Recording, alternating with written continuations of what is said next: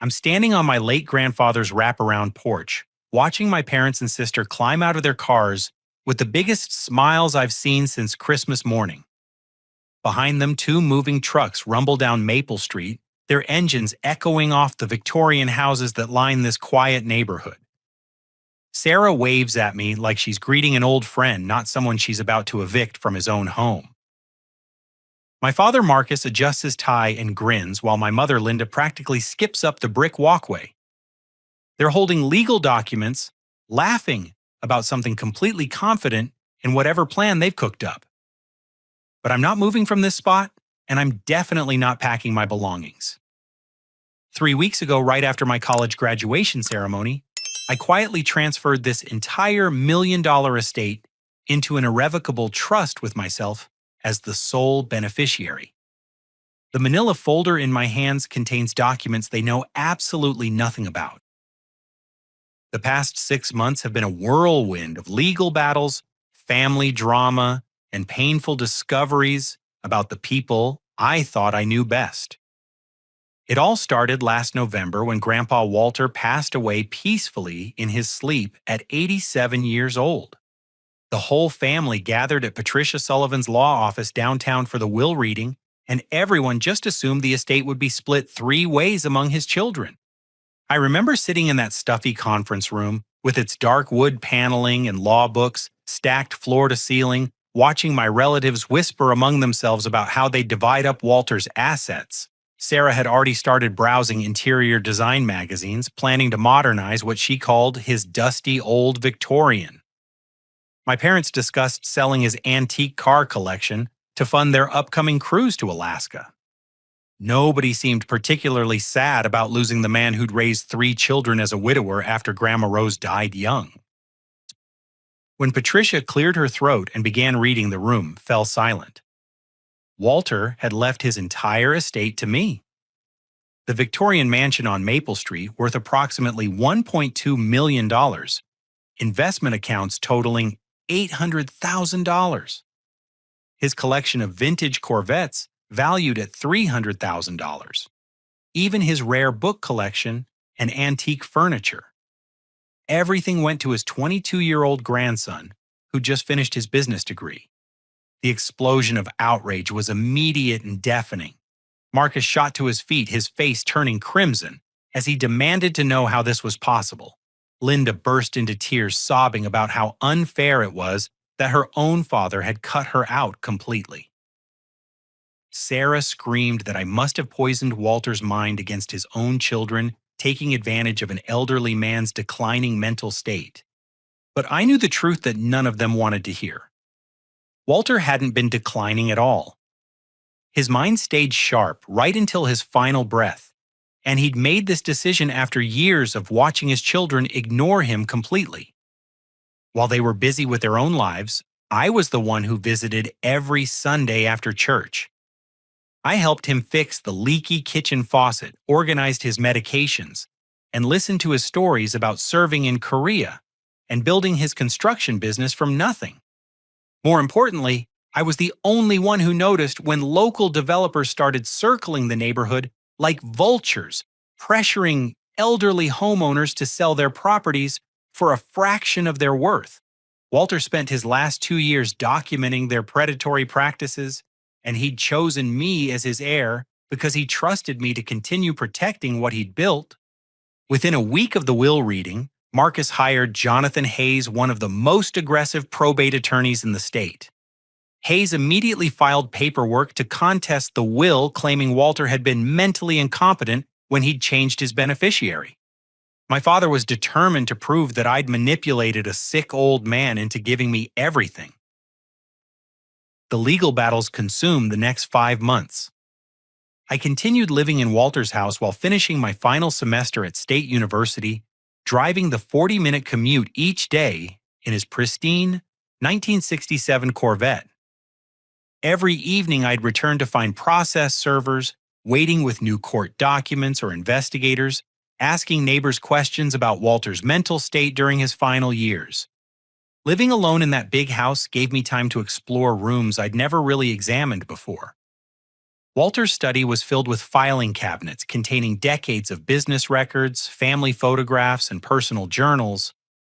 Reading through his handwritten entries, I discovered the depth of his disappointment with his own children. He'd written extensively about Marcus's gambling problems and the money he'd quietly loaned him over the years, never expecting repayment. He documented Linda's alcoholism and the embarrassing scenes she'd caused at family gatherings. Most painfully, he'd recorded Sarah's increasingly desperate requests for advance inheritance money to fund her husband's failing restaurant ventures. The journals revealed Walter's master plan. He deliberately left everything to me, initially knowing his children would fight the decision in court. This would give me time to mature and learn about handling wealth responsibly while watching how my relatives reacted to being cut out. Walter wanted me to see their true nature before deciding how to move forward. His final entry, dated just 3 days before his death, simply read, "Brendan has grown into the man I hoped he'd become. He visits because he loves me, not because he wants something from me. When the fighting starts, he'll understand why this had to be done. The choice of what happens next will be his to make." 3 weeks after my graduation ceremony, everything changed in the span of a single phone conversation. I was in Walter's kitchen making coffee when I heard my father's voice coming from the garden outside the open window. He was talking on his cell phone, pacing back and forth among Walter's prized rose bushes, completely unaware that I could hear every word he was saying. "Judge Crawford, this is Marcus Thompson," he said in the overly friendly tone he used when he wanted something.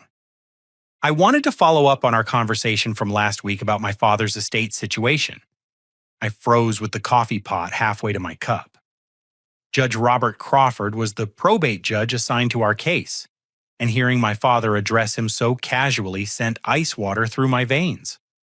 "Yes, I understand these things take time," Marcus continued, "but my family really needs this resolved quickly. My daughter's been planning to move into the house, and we've already made commitments based on receiving the inheritance." There was a long pause while Crawford spoke on the other end. I crept closer to the window, straining to hear. "Absolutely, I appreciate everything you're doing for us," my father said. "And I want you to know that your next campaign is very important to our whole family. We'd be honored to make a substantial contribution to support your re-election. Something in the neighborhood of $25,000, assuming this unfortunate situation gets resolved in our favor." My blood turned to ice. My own father was bribing a sitting judge to steal my inheritance. I grabbed my phone and started recording, though I'd already missed the beginning of their conversation. "I think the mental incompetence angle is our strongest approach," Marcus said. "My father had been showing signs of dementia for months before he changed his will. It's obvious that Brendan took advantage of a confused elderly man who didn't understand what he was signing. That was a complete lie." Walter had been mentally sharp until his final day, capable of discussing complex financial matters and remembering details from decades past. But apparently my family was willing to destroy his memory and reputation to get their hands on his money. "Perfect," Marcus concluded. "Sarah will be so relieved to hear that you're expediting the hearing. We'll have those medical evaluations ready for you by Friday, and I'll make sure that campaign contribution gets processed immediately after the ruling." After he hung up and walked away, I sat in Walter's kitchen feeling sick to my stomach. This wasn't just about family greed anymore. They'd corrupted the entire legal system to steal what Walter had wanted me to have. I called Patricia Sullivan immediately, but her secretary said she was in court all day. When she finally returned my call that evening, her voice sounded strained and exhausted. "Brendan, I'm glad you called," she said. "I've been meaning to discuss some developments in your case. I've been receiving some pressure from the State Bar Association to encourage you to settle this matter out of court." What kind of pressure, I asked, though I suspected I already knew. Apparently, some influential people think this inheritance dispute has dragged on too long and should be resolved quietly.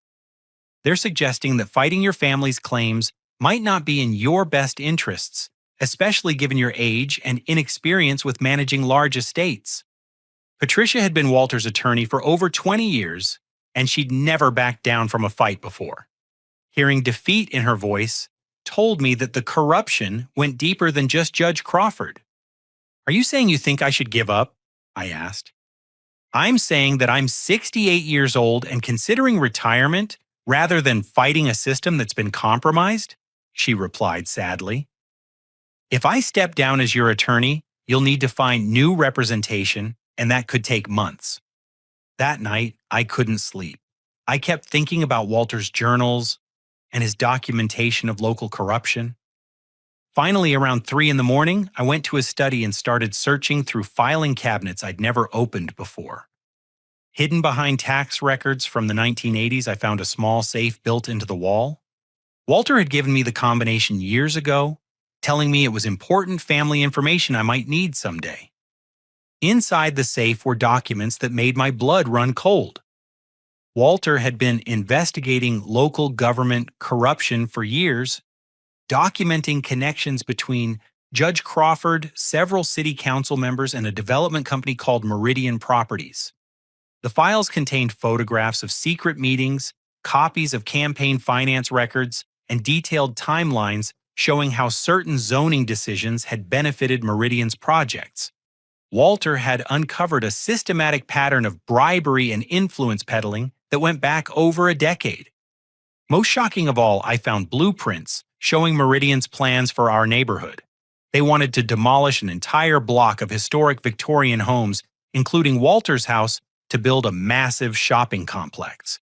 The company had been systematically buying properties from elderly homeowners at below-market prices, pressuring them to sell through intimidation and false claims about declining property values. Walter's house sat on the most valuable corner lot in their development plans. Without it, their entire project would collapse. This wasn't just about my family's greed anymore. Powerful people with deep pockets wanted Walter's property, and they'd found willing accomplices in his own children. I discovered that Sarah had already signed preliminary agreements to sell the estate to Meridian immediately upon gaining ownership. She'd negotiated a quick sale price of only $800,000 for property worth over $1 million in exchange for immediate cash payment within 30 days of transfer. Everything made sense now. My family wasn't just trying to steal my inheritance. They were pawns in a much larger conspiracy to destroy the neighborhood Walter had spent his life trying to protect. The next morning, I drove 2 hours to the state capitol and walked into the offices of Foster & Associates, a law firm that specialized in estate planning and white-collar crime defense. I'd found their name in one of Walter's files, along with a handwritten note saying, "If anything happens to me, these people can be trusted." Daniel Foster was a sharp-eyed man in his 50s who listened to my entire story without interruption, occasionally taking notes on a yellow legal pad.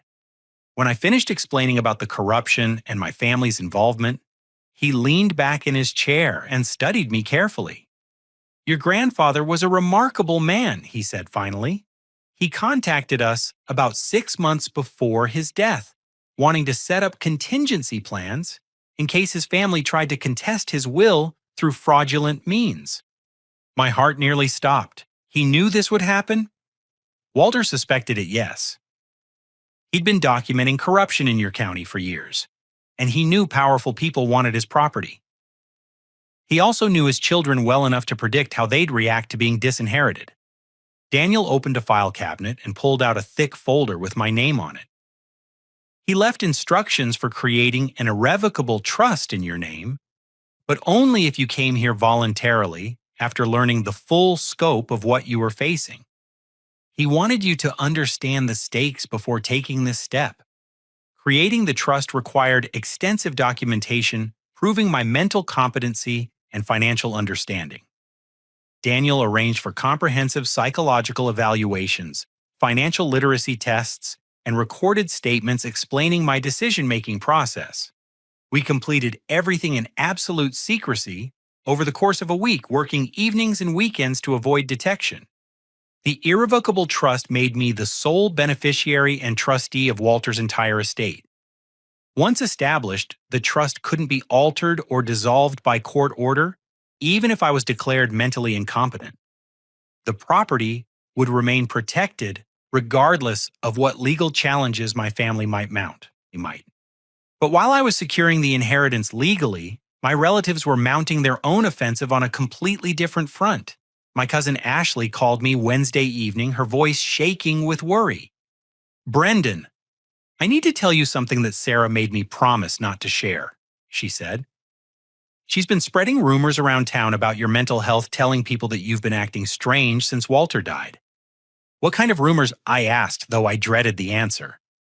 "She's claiming you've been talking to yourself in the house, staying up all night rearranging Walter's belongings and making paranoid accusations about family members trying to steal from you. She told my mom that you've been acting so erratic that she's worried about your safety." The manipulation was more sophisticated than I'd expected. Sarah wasn't just challenging my legal right to the inheritance. She was systematically destroying my reputation and credibility in the community. If people believed I was mentally unstable, it would be much easier for Judge Crawford to rule against me. "There's more," Ashley continued reluctantly. "She showed me some medical records claiming you sought psychiatric treatment for depression and paranoid delusions after Walter's funeral." "Those are completely fake," I said immediately. "I've never seen a psychiatrist in my life." "I know they're fake, but they look really official. Sarah has been showing them to people around town, building support for the idea that you're not capable of managing Walter's estate." The forgeries were sophisticated enough to fool casual observers. Someone with access to medical formatting software and official letterhead had created convincing documents suggesting I'd been treated for severe depression and paranoid ideation at Regional Medical Center's psychiatric unit. I confronted my college roommate Jake the next day, finding him at his apartment near campus. He looked guilty the moment he opened the door, unable to meet my eyes. "Sarah offered you money, didn't she?" I asked directly. Jake's shoulders sagged in defeat. "She said she'd pay me $5,000 to sign a statement saying you'd talked about suicide and seemed mentally unstable during your final semester. She claimed she was worried about your safety and needed documentation to get you help. But you didn't sign it." "Of course not. You're the most level-headed person I know." "But she found other people who were willing to lie for money." The scope of Sarah's deception was breathtaking. She'd systematically approached my college acquaintances, offering cash payments for sworn statements about my alleged mental instability. Most had refused, but a few desperate students had been willing to perjure themselves for quick money. Friday afternoon, a process server appeared at Walter's front door with documents that made my blood run cold. My family had petitioned the court for emergency guardianship, claiming I was mentally unfit to manage the inheritance due to severe psychological disturbance following Walter's death. The petition included the forged medical records, purchased affidavits from college acquaintances, and sworn statements from my parents describing my alleged erratic behavior. They'd scheduled an emergency hearing for Monday morning, hoping to catch me off guard and unprepared. Their plan was elegant in its simplicity. Have me declared mentally incompetent on Monday, assign Sarah as my guardian, with control over all financial decisions, then immediately transfer the estate to her name and sell it to Meridian Properties. By the time I could mount any legal challenge, the house would be demolished and the evidence of corruption buried under concrete and steel. Saturday night, I sat in Walter's study reading his journals one final time, preparing for what I knew would be the fight of my life. Sunday morning would bring my family to the door with moving trucks, confident that their conspiracy had succeeded. They had no idea that while they'd been forging documents and bribing judges, I'd been quietly moving all of Walter's assets beyond their reach forever. As I watched the sun set over the neighborhood Walter had loved so much, I felt his presence in every corner of the house he'd built with his own hands. Tomorrow would determine whether his legacy survived or whether corruption and greed would finally tear apart everything he'd worked to protect. Sunday morning arrived crisp and clear with autumn sunlight filtering through the maple trees that gave our street its name. I stood at the living room window, watching my family's cars turn the corner, followed by two enormous moving trucks. Sarah was riding in the passenger seat of the first truck, pointing toward the house and gesticulating excitedly to the driver. My parents climbed out of their sedan, both dressed in their finest clothes as if they were attending a celebration rather than an eviction. Marcus wore his lucky navy suit, the one he'd worn to Sarah's wedding and my graduation ceremony. Linda had on her pearl necklace and the smile she usually reserved for church functions and neighborhood association meetings. Sarah bounded out of the moving truck like a kid on Christmas morning, already barking orders at the crew about which boxes should go where. She was carrying a leather portfolio that I assumed contained all her forged documents and fraudulent court orders. Behind them, movers began unloading dollies and moving blankets, preparing to strip the house of everything Walter had accumulated over 8 decades of life. They approached the front porch with absolute confidence, chatting and laughing among themselves. Sarah pulled out her phone to take a selfie in front of what she clearly believed was now her house, probably planning to post it on social media with some caption about finally getting what she deserved. But as they climbed the steps, their expressions began to change. I was standing on the porch as they'd expected, but I wasn't alone, and I definitely wasn't packing my belongings into cardboard boxes. Beside me stood a man in a dark charcoal suit who looked nothing like anyone they'd ever seen before. He was tall and lean with graying temples and the kind of steady gaze that came from years of interrogating people who thought they were smarter than the law. His posture radiated authority, and the way he studied my approaching family members suggested he knew far more about them than they could possibly imagine.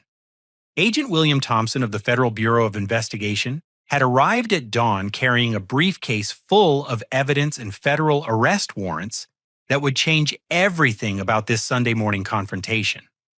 "Good morning," Agent Thompson said calmly as my family reached the top of the porch steps. He pulled out his credentials and held them up for everyone to see. "I'm Agent Thompson with the FBI's Public Corruption Unit. I believe we need to have a conversation."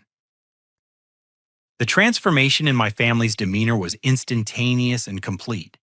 Marcus went pale, his confident smile evaporating like morning mist.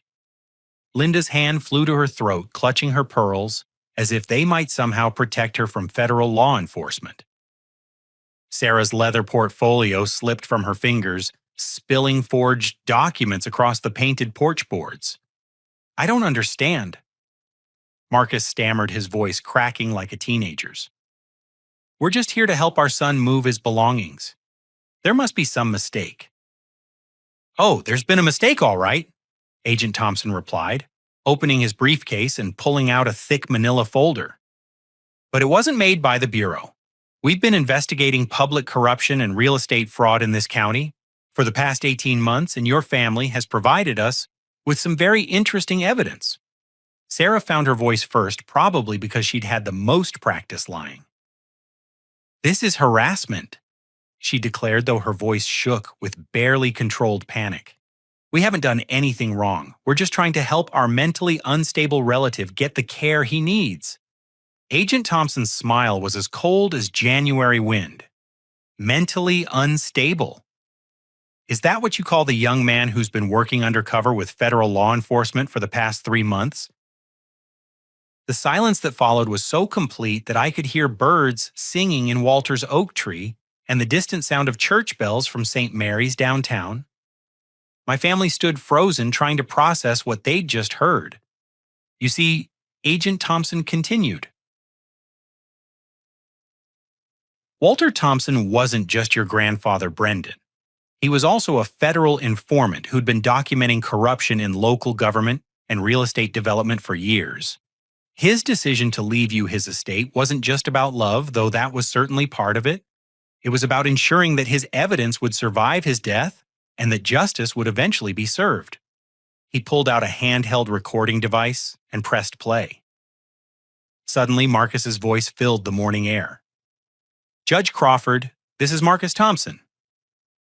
I wanted to follow up on our conversation from last week about my father's estate situation. My father's face went white as he heard his own words offering $25,000 in bribes to a sitting judge. Linda sank down onto the porch swing, apparently unable to remain standing, as the full scope of their legal jeopardy became clear. That recording was made last Tuesday, Agent Thompson explained. We have similar recordings of phone conversations between Sarah and representatives from Meridian Properties discussing the sale of this estate before she'd legally obtained ownership. We also have documentation of the forged medical records, the perjured affidavits, and the systematic conspiracy to defraud Brendan of his legitimate inheritance. The moving trucks sat idling in the street, their crews probably wondering why their customers were having what appeared to be a very serious conversation with a federal agent. Neighbors had begun to emerge from their houses, drawn by the unusual activity and the obvious tension radiating from our front porch. "This is entrapment," Sarah said desperately, grasping for any possible defense. "If Brendan was working with you people, then you tricked us into committing crimes." "Actually," I said, speaking for the first time since my family had arrived, "entrapment only applies when law enforcement officers induce someone to commit crimes they wouldn't have committed otherwise. Nobody forced you to forge medical records, bribe judges, or conspire with developers to steal property that legally belongs to me." Agent Thompson nodded approvingly. Brendan is correct. The FBI doesn't consider it entrapment when we simply provide opportunities for criminals to reveal their true nature. Everything your family did, you did voluntarily and with full knowledge that it was wrong. He signaled to unmarked vehicles that had been parked discreetly around the neighborhood. Federal agents emerged and began walking toward our house, moving with the calm efficiency of people who'd done this many times before. Marcus Thompson. Agent Thompson announced formally, "You're under arrest for conspiracy to commit bribery, wire fraud, and violation of federal corruption statutes." As handcuffs clicked around my father's wrists and Agent Thompson began reading him his Miranda rights, I felt something I hadn't experienced in months: complete and total vindication. The manila folder in my hands contained more than just trust documents. It held evidence of my family's crimes recordings, of their conspiracies, and proof that Walter's faith in me had been justified. The moving trucks pulled away, empty, their services no longer needed. My family's dreams of easy money and unearned luxury disappeared with them, replaced by the harsh reality of federal prosecution and public disgrace. As Marcus was led away in handcuffs toward an unmarked federal sedan, Linda and Sarah stood on the porch in stunned silence, apparently unable to comprehend how completely their plans had unraveled. The neighbors who'd gathered to watch the commotion whispered among themselves, pointing and taking pictures with their phones. "I think it's time for complete honesty," I said, opening the manila folder I'd been holding since they'd arrived. "There are things you need to know about the past few months and about Grandpa Walter's real plan." Agent Thompson gestured for Linda and Sarah to sit down on the porch furniture Walter had refinished himself years ago. They complied, mechanically, moving like people in shock who were operating on autopilot rather than conscious thought. "First," I continued, "every conversation we've had since Walter's funeral has been recorded with FBI approval. Daniel Foster isn't just any attorney. He's a former federal prosecutor who specializes in public corruption cases. The trust we created wasn't just about protecting the inheritance. It was about ensuring that your criminal conspiracy would be properly documented and prosecuted." I pulled out a small digital recorder, no bigger than a matchbook, and set it on the wicker table between us. This device was in my pocket during every family gathering, every legal meeting, every private conversation where you plotted to steal what Walter had left me. Sarah's face crumpled as she realized the full extent of her exposure. "You've been spying on your own family." "No," I replied firmly. "I've been protecting myself from people who were willing to commit federal crimes to steal my inheritance. Walter warned me this would happen, and he prepared me to document everything." Agent Thompson opened his briefcase again, and pulled out a thick file folder labeled Operation Maple Street. Inside were photographs of secret meetings between my family and Meridian Properties, executives' transcripts of recorded phone calls, and copies of bank records showing suspicious financial transactions. Your grandfather recruited Brendan 3 months before his death, Agent Thompson explained. Walter had been working with our public corruption unit for over a year documenting systematic fraud in local real estate development and government contracting. He knew his own children were involved in the conspiracy, and he wanted to ensure they'd be caught in the act after his death. The revelation hit Linda like a physical blow. Walter knew he knew what we were planning. He knew you'd been meeting with Meridian Properties for months before he died, I confirmed. He knew about the preliminary sales agreements, the pressure to sell below market value, and the bribes you'd arranged with Judge Crawford. He also knew about Sarah's gambling debts and the money she'd borrowed against her expected inheritance. Sarah's mouth fell open. How could he possibly know about that? Because he wasn't the senile old man you thought he was, I said. Walter had private investigators documenting your activities for months. He knew about your husband's failing restaurant, your underwater mortgage, and the loan sharks who were pressuring you for repayment. He knew exactly why you needed quick access to his money. Agent Thompson spread photographs across the table showing Sarah entering a downtown office building that housed several payday loan companies and check cashing operations. Other photos showed her meeting with men who were clearly not legitimate business people. The people you borrowed money from don't file reports with credit agencies, Agent Thompson said coldly. They prefer more direct collection methods. Your grandfather knew you'd put yourself in a position where you'd do anything to get his estate quickly, including committing federal crimes. Linda began crying finally, understanding the depth of Walter's disappointment with his children. We never meant for things to go this far. We just thought Brendan was too young to handle so much money responsibly. Really? I asked, unable to keep the bitterness out of my voice. Is that why you forged medical records claiming I was mentally ill? Is that why you bribed a judge and conspired with developers to sell Walter's house for a fraction of its value? Agent Thompson consulted his notes. According to our investigation, Meridian Properties has used similar tactics to acquire over 30 properties in this neighborhood during the past 5 years. They target elderly homeowners with pressure tactics, false claims about declining property values, and systematic harassment until people agree to sell below market prices. He showed us aerial photographs of the proposed development, a massive shopping complex that would have replaced 6 blocks of historic homes with parking lots and chain stores. Walter's corner lot was the keystone property that would make the entire project feasible. Your grandfather spent the last 2 years of his life documenting these predatory practices, Agent Thompson continued.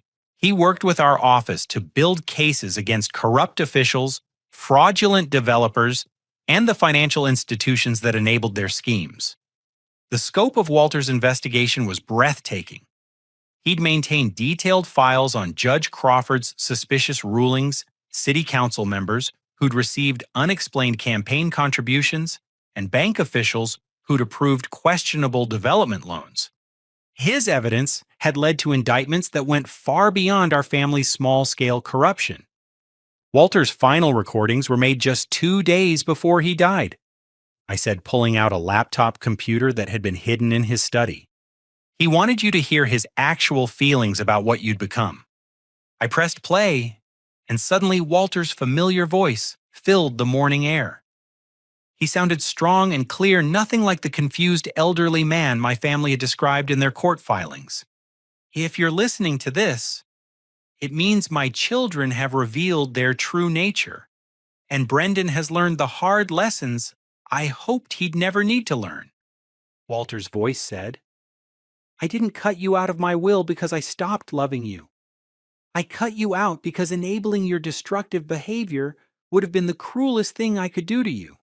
Linda sobbed harder as her father's voice continued from beyond the grave. Marcus, your gambling addiction has cost you 3 jobs and nearly destroyed your marriage. Giving you money would have been like giving alcohol to a drunk. Linda, your drinking problem has embarrassed this family for years. And you've used guilt and manipulation to avoid taking responsibility for your actions. And Sarah, your financial recklessness has put your children's future at risk. The recording continued for another 10 minutes, with Walter explaining exactly how he discovered each of their secrets and why he'd chosen to leave everything to me instead. His voice never rose in anger, but the disappointment was devastating to hear. Brendan earned this inheritance by loving me unconditionally and helping me without expecting anything in return, Walter concluded. But more importantly, he's earned the right to decide whether his family deserves forgiveness and a chance at redemption. That choice is his to make, not mine. As the recording ended, Agent Thompson stood up and signaled to his colleagues. Linda Thompson and Sarah Mitchell, you're both under arrest for conspiracy to commit fraud forgery of official documents and participation in a racketeering enterprise. While they were being processed and read their rights, I sat alone on Walter's porch holding the trust documents that would protect his legacy forever. The irrevocable trust meant that no court order, no matter how corrupt, could ever take this property away from me or the causes Walter had cared about. But as I watched my mother and sister being led away in handcuffs, I realized that winning the legal battle was only the beginning. The harder question was what to do with the victory Walter had made possible, and whether his children could ever learn the lessons he died hoping they'd understand. 6 months after that Sunday morning confrontation, I sat in a federal courthouse downtown, watching Judge Patricia Williams sentence the people who'd once been the most important figures in my life. The courtroom was packed with reporters, neighborhood residents, and other victims of the corruption ring that Walter's investigation had exposed. Marcus was the first to face judgment. He stood before the bench wearing an orange jumpsuit and handcuffs, a far cry from the confident businessman who'd tried to bribe his way to my inheritance. His gambling addiction had cost him his job, his reputation, and now his freedom. Marcus Thompson. Judge Williams announced, "You are hereby sentenced to 2 years in federal prison for conspiracy to commit bribery and wire fraud. Additionally, you will serve 2 years of supervised probation and perform 500 hours of community service upon your release." My father accepted his sentence without visible emotion, though I noticed his hands shaking as the bailiff led him away. His attorney had negotiated a reduced sentence in exchange for cooperation with ongoing corruption investigations. But 2 years would still give him plenty of time to think about the choices that had brought him to this point. Sarah's sentencing was more difficult to watch. She'd lost significant weight during the months of legal proceedings, and her usually perfect appearance had deteriorated to the point where she looked like a stranger. Her husband had filed for divorce and moved their children to another state, leaving her completely alone to face the consequences of her actions. Sarah Mitchell. Judge Williams said, "You are sentenced to 18 months in federal prison for fraud, forgery, and conspiracy. You will also serve 3 years of supervised probation and pay restitution to the victims of your fraudulent schemes." Sarah began crying as she was handcuffed, finally understanding that her desperate attempts to solve financial problems through criminal means had cost her everything she'd claimed to be trying to protect. Her children would grow up knowing their mother was a convicted felon. Linda received the lightest sentence because her role in the conspiracy had been more limited. Judge Williams sentenced her to 2 years of probation, 6 months of house arrest, and 1,000 hours of community service. She would avoid prison, but her reputation in the community where she'd lived her entire life was permanently destroyed. The biggest fish in Walter's corruption investigation was Judge Robert Crawford himself.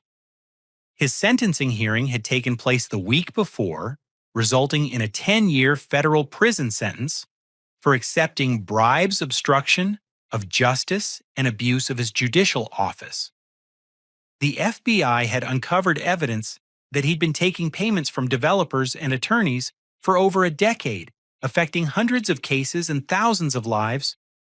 Meridian Properties and its executives faced even harsher justice. The company was dissolved entirely, with its assets seized to pay restitution to the families they'd defrauded. 3 executives received sentences ranging from 5 to 15 years, and the proposed shopping complex that would have destroyed our neighborhood was permanently canceled. As I left the courthouse that day, I felt a mixture of relief and sadness that was difficult to describe. Justice had been served, but it had come at the cost of destroying relationships with people I'd once loved and trusted. Walter's plan had worked perfectly, but its success felt more like a funeral than a celebration. I drove back to Maple Street and parked in the driveway of the house that was now permanently protected by the irrevocable trust. The neighborhood had returned to its quiet normalcy, with children playing on sidewalks and elderly residents tending their gardens without fear of developers pressuring them to sell. Inside Walter's study, I found the final sealed envelope he'd left for me marked "Open after justice." His instructions had been specific. This letter was only to be read after all legal proceedings were complete and the corruption had been fully exposed. The envelope contained a single handwritten page and 3 smaller sealed envelopes marked with my parents' and sister's names. Walter's final message was both heartbreaking and hopeful. Dear Brendan, if you're reading this, it means the justice system worked the way it was supposed to, despite the corruption that tried to subvert it. You've learned hard lessons about the people closest to you, but I hope you've also learned about your own strength and integrity under pressure.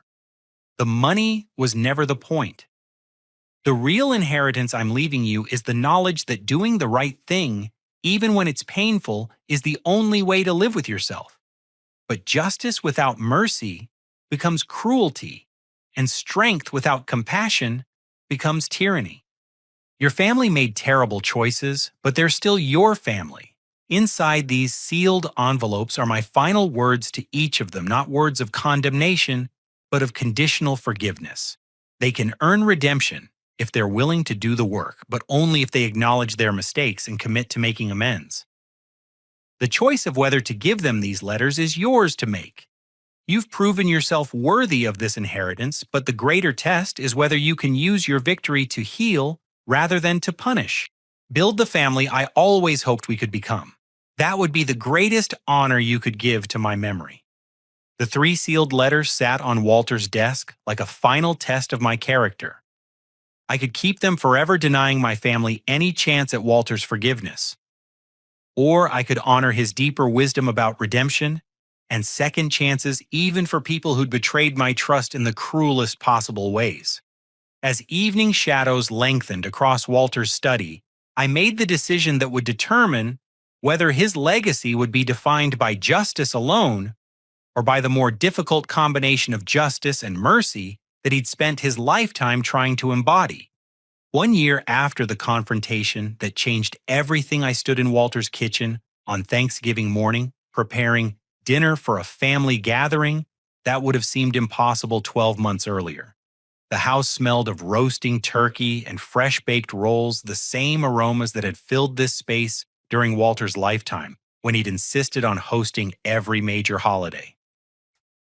The dining room table was set for 6 people, though the guest list would have shocked anyone who knew our recent history.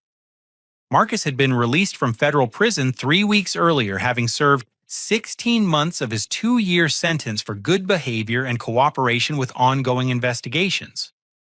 He was staying in a small apartment downtown, working as a carpenter's apprentice and attending weekly Gamblers Anonymous meetings.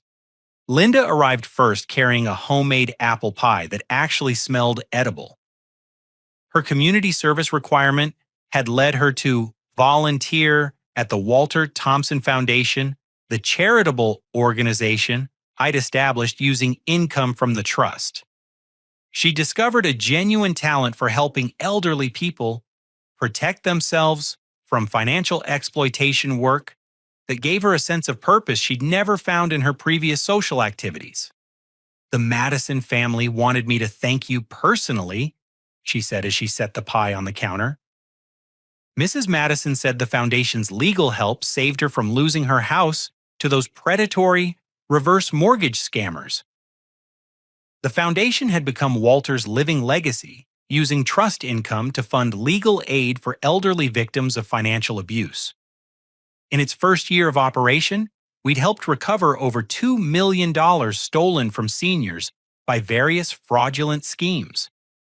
Linda's work coordinating victim services had become a full-time calling that suited her much better than the idle socializing that had enabled her drinking problem. Sarah arrived next looking healthier than she had in years, but carrying the visible weight of everything she'd lost. Her 18-month prison sentence had ended 6 months ago, but rebuilding her life proved much more challenging than serving her time. Her ex-husband had maintained full custody of their children, allowing her only supervised visits until she could prove long-term stability. "I brought this for Walter," she said quietly, placing a small potted plant near his photograph on the mantelpiece. "It's a cutting from the rose bush he taught me to tend when I was 8 years old. I thought he might like having part of his garden back in the house." Sarah was living in a halfway house and working 2 part-time jobs while attending court-mandated financial counseling. The gambling addiction that had driven her desperate choices was being addressed through therapy, but she still faced years of work rebuilding relationships with her children and earning their trust again. Marcus knocked on the door at exactly 2 o'clock wearing the clean work clothes that had become his uniform since leaving prison. His hands showed calluses from honest labor, and his face had lost the soft appearance that came from years of office work and easy living. Prison had been humbling, but it had also forced him to confront the addiction that had controlled his decisions for decades. "The Hendersons' kitchen is finished," he reported as he hung his coat in the front closet. "Mrs. Henderson said to tell you that having grab bars and accessible cabinets installed has made all the difference in her independence." Marcus was working with a construction company that specialized in home modifications for elderly and disabled residents. Many of his projects were funded by foundation grants, allowing him to contribute directly to the mission Walter had established. The irony wasn't lost on any of us that he was now building accessibility features for seniors instead of scheming to defraud them of their homes. The final guest was Agent William Thompson, who had become something of a family friend over the past year. His investigation of local corruption had expanded far beyond our original case, resulting in the prosecution of over 30 public officials and business executives. He'd requested permission to attend our dinner as a way of honoring Walter's contribution to cleaning up the county's government. "I have an update on the Meridian Properties Victims Fund," Agent Thompson announced as we gathered around the dining table. The final asset seizures were processed last week, bringing the total restitution fund to $4.7 million. Every family that lost property to their fraudulent schemes will receive full compensation. As we held hands around the table, I felt Walter's presence in every corner of the room he'd loved so much. The mansion remained exactly as he'd left it, protected forever by the irrevocable trust that ensured no corrupt judge or greedy developer could ever threaten it again. But the house had become more than just a memorial. It was now the headquarters for a foundation that carried Walter's values into the future. "Before we eat," I said, "I want to read something that Walter left for this moment." I pulled out the final letter from his sealed envelope, one I'd never shared before because it was meant specifically for the day when his family had learned to choose love over greed, truth over deception, and service over selfishness. "My dear family." Walter's letter began, "If you're hearing these words, it means you've traveled the difficult path from betrayal to redemption, from selfishness to service, from destruction to healing. The money I left to Brendan was never about rewarding one person and punishing others. It was about creating the conditions where my family could learn what truly matters in life. Wealth that isn't earned becomes a curse that destroys character. Forgiveness that isn't earned becomes enabling that prevents growth. But wealth used wisely and forgiveness earned through genuine change can transform lives and communities in ways that purely inherited money never could. You've learned that real security comes from integrity, not from accumulated possessions. You've discovered that genuine satisfaction comes from serving others, not from serving yourselves. Most importantly, you've proven that family bonds can survive even the worst betrayals if people are willing to do the hard work of earning back trust. The foundation you've built together will outlive all of you continuing to protect vulnerable people from the kind of exploitation that nearly destroyed our own family. That legacy is worth more than any amount of money I could have left in a bank account. As I finished reading, tears were flowing freely around the table. Even Agent Thompson seemed moved by Walter's final words and the transformation they'd inspired in people who'd once seemed beyond redemption. Walter always said that the measure of a life wasn't what you accumulated, but what you left behind that made the world better. I continued. He left behind a family that learned to choose service over selfishness, truth over convenience, and love over money. We spent the rest of the afternoon sharing stories about Walter's influence on our lives, laughing about his stubborn insistence on repairing everything himself and planning future foundation projects that would honor his memory. For the first time in years, conversation flowed naturally without underlying tension or unspoken resentments. As evening shadows lengthened across the dining room, I realized that Walter's greatest gift hadn't been the inheritance itself, but the journey it had forced us all to take. The money had revealed everyone's true nature, but the consequences had provided opportunities for genuine transformation. Agent Thompson departed first, thanking us for the invitation, and promising to visit again during the holidays. Marcus, Linda, and Sarah lingered longer, reluctant to end what had become the first genuinely peaceful family gathering in years. "Walter would be proud of what you've accomplished," Linda said as she helped clear the dinner dishes. "Not just with the foundation, but with giving us chances to earn back your trust. He never stopped believing that people could change if they were willing to face the truth about themselves," I replied. "The hardest part was learning to believe it myself. As my family prepared to leave, I stood on the same porch where I'd confronted their corruption a year earlier. The manila folder that had once contained evidence of their crimes was now filled with foundation reports, volunteer schedules, and plans for expanding our services to help even more vulnerable families. The neighborhood around us had been transformed as well. Property values had stabilized after the corrupt development schemes were exposed, and several young families had moved into homes that might have been demolished for shopping centers. Children played in yards where bulldozers would have operated if Walter's investigation hadn't stopped Meridian Properties. Before you go, I said, I want you to know that Walter left specific instructions about the foundation's future. When I turn 40, control of the trust will transfer to a board, consisting of all of us plus community representatives and foundation beneficiaries." Sarah looked surprised. "You mean we'll all have a voice in how the money gets used?"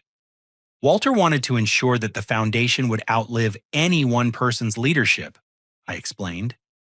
But he also wanted our family to have the chance to work together on something meaningful, something that would honor what he tried to teach us about using resources responsibly. As they drove away into the November darkness, I remained on the porch looking up at stars that seemed brighter than they had in months. Walter's plan had been more sophisticated than any of us had initially understood. He hadn't just wanted to expose corruption and protect his estate. He'd wanted to create a path for his family to discover their better selves. The $1 million inheritance had been bait that revealed everyone's true character. But the real treasure was the knowledge that even people who'd made terrible choices could earn redemption through service, sacrifice, and genuine commitment to change. Inside the house, I walked through rooms filled with Walter's belongings and his memory, but also with the promise of a future built on the foundation he'd established. The trust would continue funding legal aid for elderly victims, housing assistance for families threatened by predatory schemes and educational programs that taught people to recognize and resist financial exploitation. Standing before Walter's portrait in his study, I spoke aloud to the grandfather who'd given me the most difficult and valuable lessons of my life. You were right about everything. The money was never the point. Building character was the point. Creating justice was the point. And learning that love sometimes requires tough choices was the most important point of all. The house settled around me with creaks and sighs that sounded almost like approval. Tomorrow would bring new challenges, new opportunities to serve people who needed protection from those who would exploit their vulnerabilities. But tonight I was simply grateful for Walter's wisdom and for the family that had learned to choose love over money service, over selfishness, and redemption over revenge. As I turned off the lights and headed upstairs to bed, I carried with me the knowledge that sometimes the greatest victories come not from defeating our enemies, but from helping them become the people they were always capable of being. Walter's final gift hadn't been wealth. It had been the chance to learn that true prosperity comes from using whatever resources we have to make the world a little more, just a little more kind, and a little more worthy of the love we've been given. Now I want to hear from all of you who've stayed with this story until the very end. Have you ever been in a situation where someone you trusted betrayed you for money or personal gain? How did you handle it, and what did you learn about forgiveness versus justice? Share your thoughts in the comments below because these experiences shape who we become as people. If this story resonated with you, please hit that like button to let me know it was worth telling. Subscribe to hear more true stories about ordinary people facing extraordinary challenges and discovering strength they didn't know they had. And please share this video with anyone who might need to hear that even the worst betrayals can lead to something better if we're willing to do the hard work of choosing love over revenge. Thank you for taking this journey with me today. Remember that your greatest inheritance isn't what others leave you, but what you choose to leave behind for the people who come after you. Until next time, keep fighting for what's right, keep believing in second chances, and keep building the kind of family and community that would make your ancestors proud.